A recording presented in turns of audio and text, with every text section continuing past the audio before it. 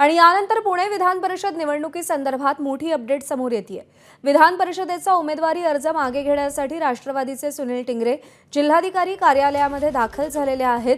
एक मोठा political drama या उमेदवारीच्या निमित्ताने पाहायला मिळालेला होता।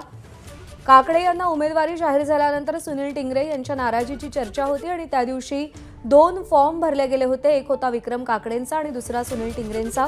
त्यानंतर पार्थ पवार आणि सुनील टिंगरे यांच्यामध्ये सविस्तर चर्चा झाली आणि त्यानंतर उमेदवारी मागे घेत असल्याची घोषणा त्यांनी केलेली होती आणि आता उमेदवारी मागे घेण्यासाठी टिंगरे हे जिल्हाधिकारी कार्यालयामध्ये पोहोचलेले आहेत। ते आपला अर्ज मागे घेणार आहेत। एबीपी माझा, उघडा डोळे बघा नीट।